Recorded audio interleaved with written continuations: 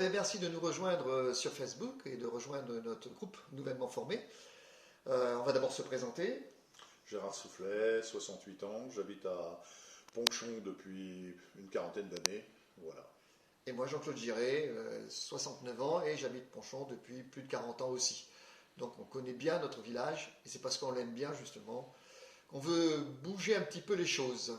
Et pourquoi veut-on bouger les choses en définitive ?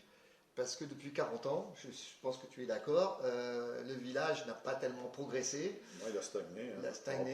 Par rapport à d'autres communes. Voilà. Voisines comme Berthecourt, Radcourt, pour prendre les communes les plus proches, voire Villars-Saint-Sépulcre. Et nous, on a l'impression de ne pas progresser, c'est le premier constat que l'on fait. Deuxième constat, ben, c'est que depuis que le maire, M. Joyot, est à la tête de la mairie, ben, c'est pas passé grand chose, si ce n'est l'assainissement, qui est une chose importante. Mais bon, à quel prix ? Vous n'avez qu'à regarder votre facture de l'eau et vous comprendrez tout de suite ce que je veux dire. Voilà ce qui fait que l'on veut bouger et amener un petit peu de choses. Et d'autre part, parce qu'on est au conseil municipal depuis 2014, et qu'on a vécu ces 6 ans difficilement, puisqu'on a pu constater le totalitarisme de notre maire. Il fait quelque chose, il impose, et là, on est juste bon à voter. Ça, c'est la première chose. Donc, c'est un rôle assez passif qui ne nous a pas beaucoup plu. Et deuxièmement, c'est la gestion que l'on peut qualifier de calamiteuse. Tu es d'accord avec moi ? Oui, ne serait-ce que pour des travaux à faire, on ne fait qu'un seul devis, alors qu'en principe, on doit faire 3 devis. Et donc, ça, c'est une anomalie. Gestion calamiteuse aussi, on en a parlé tout à l'heure, on a fait allusion, dans la gestion de l'eau, de l'assainissement, qui fait qu'on a le record de l'Oise, je pense, du prix du mètre cube d'eau. Et je crois qu'on m'a dit qu'on était dans les 50 premiers en France, ou un truc comme ça. Bon, c'est bien d'avoir des titres, mais on s'en serait bien passé de ce titre-là, en définitive. Et voilà, donc on ne peut pas rester spectateur, puisqu'on a critiqué pendant 6 ans, premièrement. Deuxièmement, il y a des élections au mois de mars, donc l'opportunité de changer les choses.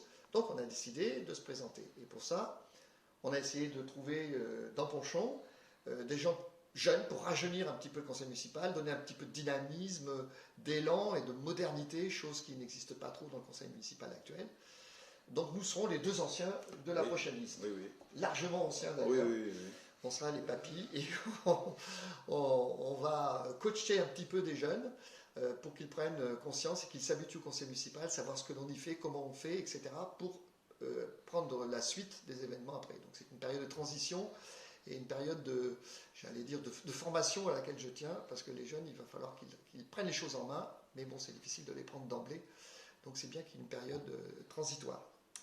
Voilà, donc le constat, c'est que Ponchon aujourd'hui est un village qui, à notre avis, est un village qui se meurt petit à petit, et on voudrait bien faire vivre la renaissance de notre village. Tu es d'accord avec ça, il n'y a pas de souci. Oui, non, aucun problème. Après, on reviendra dans de prochaines vidéos sur la gestion, les exemples de gestion plus détaillés, on reviendra sur notre programme plus détaillé.